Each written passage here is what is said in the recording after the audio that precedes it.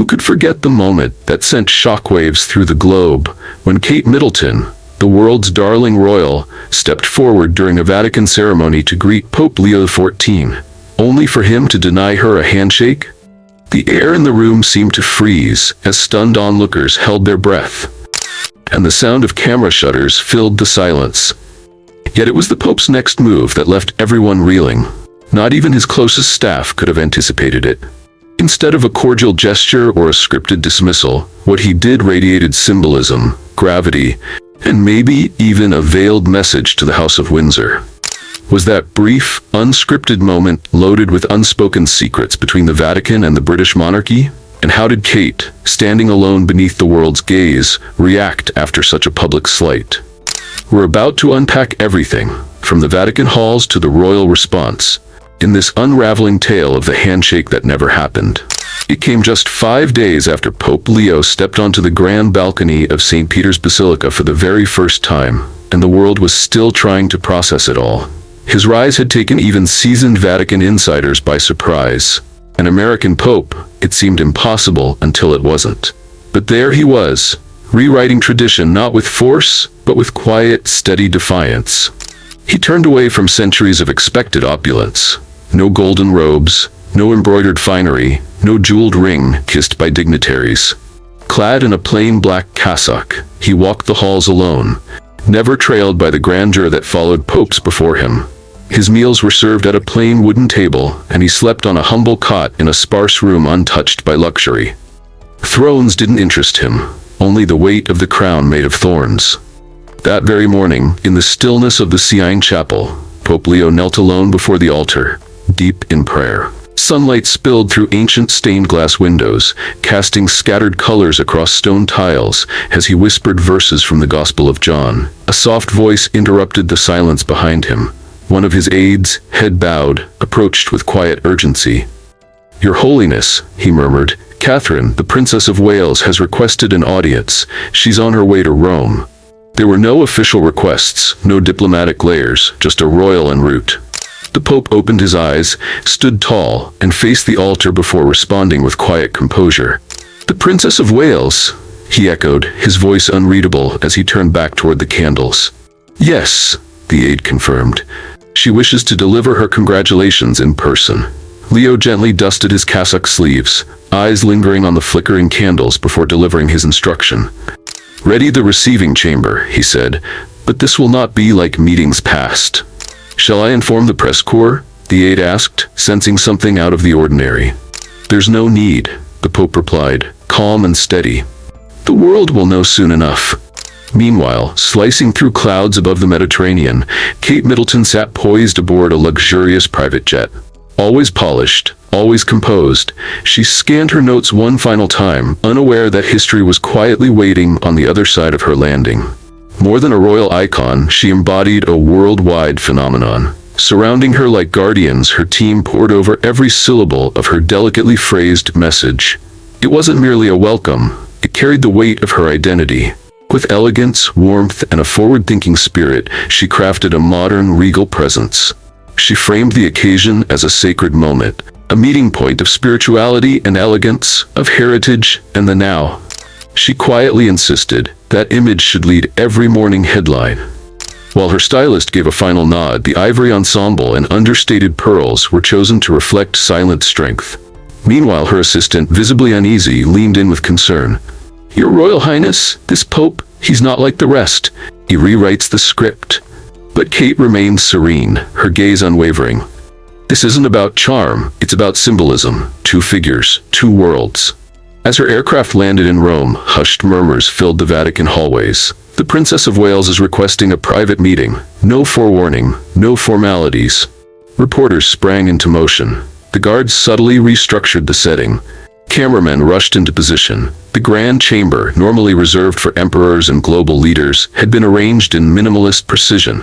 Gone were the tapestries and gold embellishments. In their place, stillness. Waiting alone, Pope Leo sat in thoughtful silence, donning only a crimson mozzetta and a humble cassock. He wore no ornate jewelry, no tokens of grandeur. Just a quiet reverence settled over him.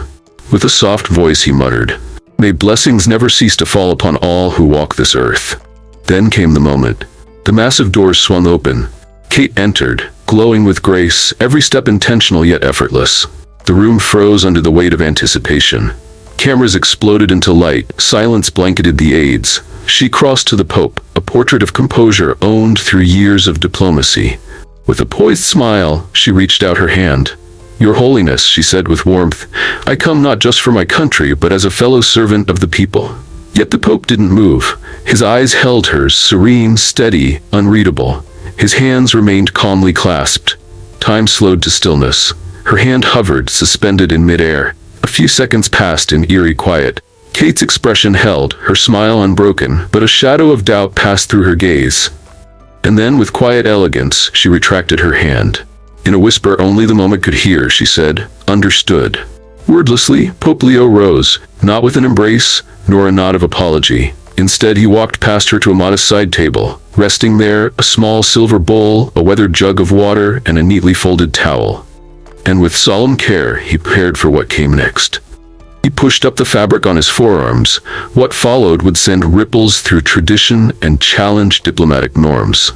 Pope Leo's reply after that moment is still ahead. But what was the true intent behind that silent refusal? Why did it leave Kate Middleton staring, questions swirling?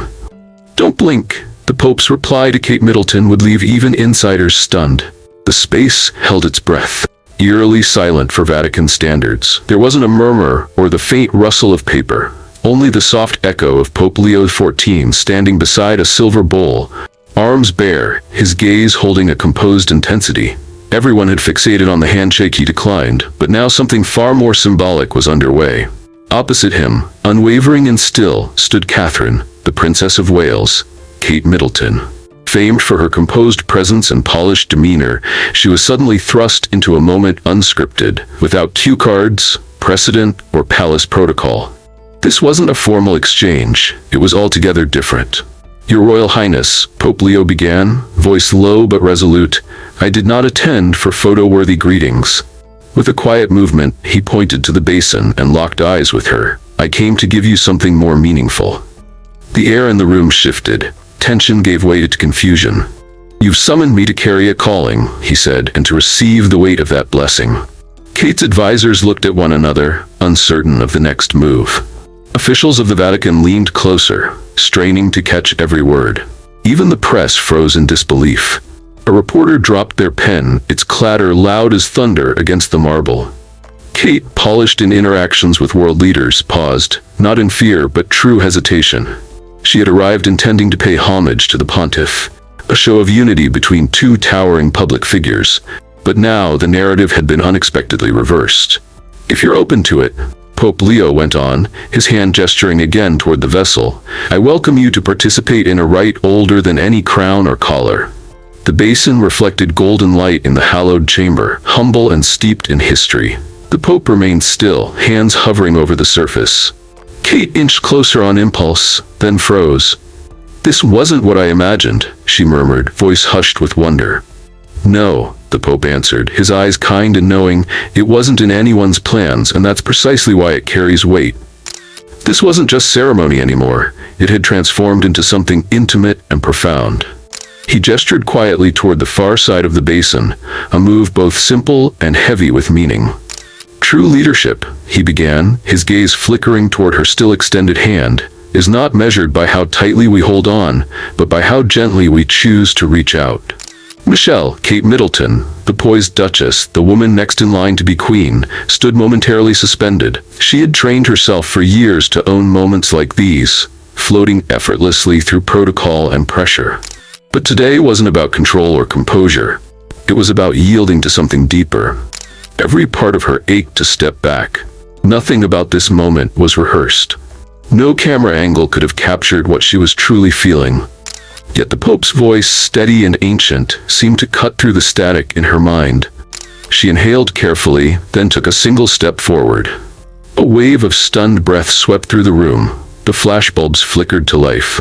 Even her advisors stood frozen, caught in the quiet electricity of what was unfolding. She came to a stop at the basin, locking eyes with the Pope across the divide. There was no sign of nerves in her expression, only vulnerable, open curiosity. She was walking into unfamiliar territory, yet somehow fully present. Pope Leo raised the clay pitcher with reverence, and the sound of water filled the silence. "In the Gospel of John," he whispered, "Jesus washed his disciples' feet, not out of obligation, but out of devotion." He plunged his hands into the basin, saying nothing further, only letting the weight of history speak. Kate reached out, taking up the towel like a sacred object. Her movements were graceful, careful, and quietly reverent. The cameras didn't see a royal figure. They saw a human being stripped of pretense. And when she was done, he offered the same in return. These were the same hands that had comforted her children, waved to thousands, and held titles. Now they rested gently in his, still and unresisting. She didn't pull back. Instead, she allowed the act to continue. There were no claps, no murmurs, no attempts to narrate what had happened. Everyone simply observed in silence, knowing something sacred had just unfolded. The Pope faced the waiting press, his words firm yet hushed. Then he turned to an aide and instructed, "Let them all in again." Kate looked at her fingers, clean but somehow changed. Her face was composed, but her body language carried a new energy. She remained tall, proud, dignified, but something essential had softened. Now standing next to the Pope, she was no longer merely visiting.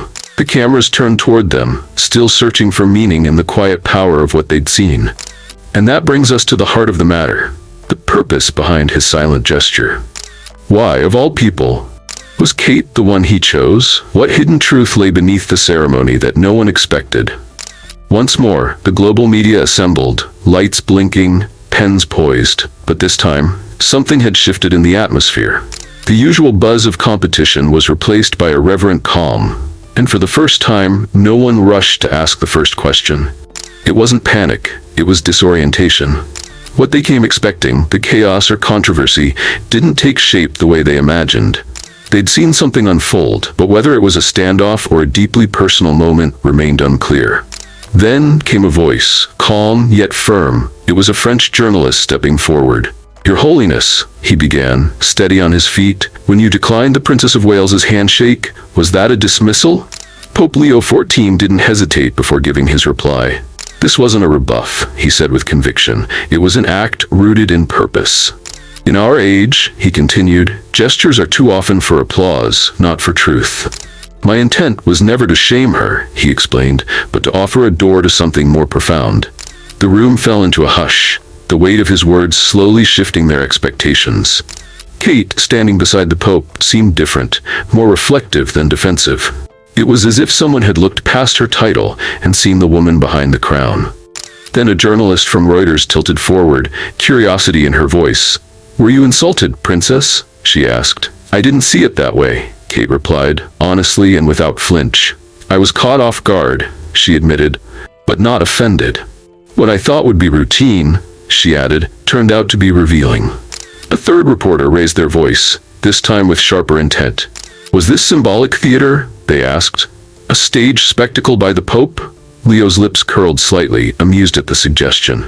"If we'd rehearsed it," he said softly, "it would have lacked meaning." "This wasn't performance," he said. "This was presence." Kate didn't flinch. She didn't recoil. She reflected. "There's a difference," she said, "between being surprised and being challenged to think deeper." What he did, she noted, was disarming, yes, but genuine. "In a world of rehearsed dialogue," she added, "authenticity can feel jarring." Now, the journalists leaned in, caught between their notebooks and a moment that felt timeless. The fiery media image of Kate had faded into something quieter, something more aware. Even the Pope now seemed less like an ancient symbol and more like a man grounded in the present. Then from the back came a question meant to unsettle.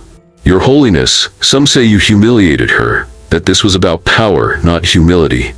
The Pope's face didn't change as he replied. "If humility feels like control," he said gently, "then we've distorted its meaning." What followed didn't feel like a news briefing. It felt like something sacred had been rediscovered. And today, as Pope Leo addresses audiences around the globe, cameras flashing, headlines forming, Kate sits far away in the calm serenity of Windsor, but remembers every detail. This isn't just a tale of titles or institutions. It's a reflection on dignity when eyes are watching, and on truth in quiet resistance. Kate Middleton doesn't demand the spotlight with fiery speeches or staged drama. She walks with poise, every gesture measured, each movement layered with meaning. Just like Pope Leo, who chose not to play to the crowd, Kate has always chosen to show up with intention, not for applause. At public gatherings, she doesn't hold back because of fear. She practices reverence, for tradition, for people, for the invisible threads that hold a nation. And in that single moment of stillness, she understood. Silence, too, can speak when the world expects a performance. Gracefully stepping into tension, Kate embraced discomfort with quiet strength. Her influence doesn't scream. It whispers truths that need no validation. Rather than acting, she simply embodies a deep-rooted certainty. As the questioning grew more pointed, one journalist inquired, "Why choose water, Your Holiness? Why was that your medium for such a profound act?" The Pope offered a soft smile before answering, "Because water doesn't just cleanse, it softens pride and creates unity. Every sacred story begins with it. If we can't gather at the same basin, how can we ever draw from the same spring?" Kate, a woman constantly balancing legacy with the now, would have understood that nuance instantly. She has juggled expectations, royal duty, family life, public scrutiny, all converging at once, yet rarely lets it shake her. She stays steady not because of immunity to pressure, but because, like the Pope, she trusts in symbols that speak louder than speeches. Looking at her palms, Kate whispered, "I didn't expect today to shake me this deeply." She added with a breath, "I may not share every view of the church, but my grandfather always told me, when your ego mutes your conscience, you're not guiding, you're just pretending." Would Kate express that same thought word for word? Probably not. But her choices, from the way she comforts hospital patients, to her graceful sidesteps around scandal, to her fierce protection of her family, carry the same weight. Leadership in her world doesn't shout, it endures. Then came a gentle voice asking, "Would you go through that again, Princess?" Kate met the question head-on. "Yes," she answered with calm certainty. Not because it was comfortable, because it wasn't meant to be. The Pope inclined his head and said, "Real change begins when comfort no longer fits." And that simple sentence exploded online like thunder in silence. Suddenly, the narrative shifted. Not rejection, but a revealing moment of truth. Reporters now stared not just at their notes, but into the deeper meaning of what they'd seen. It begged bigger questions. What did this say about authority? And is humility our generation's real strength? Don't miss what comes next. From fierce questions to newfound admiration, Kate Middleton's unexpected defiance, Pope Leo's symbolism, and the media's stunned response. Inside the majestic grand hall, the usual scene of flashing bulbs and shouted queries faded into something unusual. For once, the air was still, heavy, not with chaos but with presence. Journalists, often quick to attack with rehearsed skepticism, instead sat in attentive silence. Then a BBC voice pierced the calm. "Your Holiness, some say today's moment blurred sacred intention with political messaging. Isn't that a risky precedent?" Pope Leo brought his hands together, his look unshaken. "Belief," he said, "is not performance, and service is never staged." He paused, letting the silence work for him. What we offered was not church entering politics. It was humanity stepping away from pretense. He turned his attention toward Kate. Her title long familiar, but now charged with meaning. She no longer stood merely as a symbol of monarchy, but of silent bravery. What she offered wasn't docility, it was strength and surrender. Kate didn't jump in with a rebuttal. She didn't have to. Her face said it all, grounded, reflective, far from defensive. Hidden beneath the layers of tradition, this was a version of Kate rarely seen. She absorbed the moment, reflective and composed, before responding. A new voice emerged from the crowd. "Princess Catherine," the journalist began, "did this experience feel like it was challenging your authority as a woman of influence?" With a voice both gentle and steady, Kate responded, "It wasn't about holding power, not in the way you think," she said. "It was indeed a test, but not one of status or title. It was about presence itself. And when the time came, I chose to be present, not to impress." Whispers filled the room like a breeze shifting direction. What began as a simple Q&A had become something deeper, a moment of significance where tradition, faith, and personal conviction intertwined and evolved. Another inquiry rose into the air. "Your Holiness," came the next question, "is this symbolic gesture part of a modern Vatican strategy? Emotional, spontaneous, and personal." Without skipping a beat, Pope Leo responded, This isn't politics masked as peace, it's discipleship in motion. The church was never meant to perform. It was built to stand for truth. People are drained, exhausted from empty rituals and polished facades. A journalist from South America leaned in with curiosity. What does it mean then that Princess Catherine accepted your act of humility? The Pope turned briefly toward Kate, then said with purpose, "It means that change is always within reach. Even those born into palaces can embrace humility. True faith doesn't recognize crowns or titles. It only asks one thing: will you kneel?" The weight of that moment silenced pens and stilled hands. For a heartbeat, journalism stepped aside and let something sacred take the floor. Then Kate spoke again, this time with even greater conviction. "All my life," she admitted, "I was taught that being strong meant being flawless. But today I discovered something different. That strength without surrender is really fear wrapped in grace." Turning to the cameras, she shed her duchess demeanor. Speaking not as royalty, but as a woman seeking truth, she declared, "If there's one message I hope remains, it's this. Don't confuse polished grace for leadership or loud certainty for real conviction. I'm still learning, and I pray I never stop." Pope Leo placed a hand on his chest, sincerity in his eyes. "True leaders don't command from a throne," he said. "They walk beside the people." And today, the world bore witness to that truth. Outside, the crowd remained, quieter, more thoughtful. They hadn't stayed for scandal. They came for something real. A different narrative had taken root. Not of spectacle, but of reverence. There was no chaotic end to the conference, only a reverent hush. What concluded was not merely an event, but a moment marked by mutual respect. Now let's take a step back and explore the gravity of this exchange. How Kate Middleton's calm, deeply human act of respect toward Pope Leo spoke more than any speech ever could. No grand declaration, no applause, just real leadership in silence. As the formalities drew to a close, an aide stepped forward to guide them out. But Pope Leo made an unexpected choice. He nodded toward a quiet, lesser-known hallway, away from lights and noise. Kate paused briefly, then followed. Their steps echoed through the narrow corridor, leading them into a humble, candle-lit chapel. No press, no entourage, just them. No gilded walls or ornate sculptures, just a wooden cross and flickering flame. Kate whispered, "I wasn't expecting this." The Pope, kneeling before the altar, simply replied, "Neither was I. No one truly is." Kate stood uncertain behind him. "I thought I'd come here prepared, in control," she admitted softly. "You still hold control," he responded gently. "But the deeper question is, what kind of control are you hoping to keep?" Then he gestured for her to sit beside him. For years, Kate believed she was transforming the world, speaking for the voiceless and pushing change. But not once did she consider altering herself. Now, with her eyes fixed on the crucifix, she realized the truth. She'd tried to control everything on the outside, never allowing her inner world to shift. With a gentle smile, Pope Leo looked at her and said, "Perhaps this is where it all starts." Just then, a light knock sounded at the door, but he dismissed it with a wave and reached into his sleeve. From the folds of his robe, he pulled a simple, olive-wood rosary, worn and smooth with time. "This came from a mother in Palestine," he explained, "who lost her 3 sons to war." He told her with eyes full of memory that she had almost nothing left, except her faith, and she still chose to share that. Placing the beads gently in Kate's hand, he added, "This isn't just a keepsake. It's a quiet reminder of what already lives in you."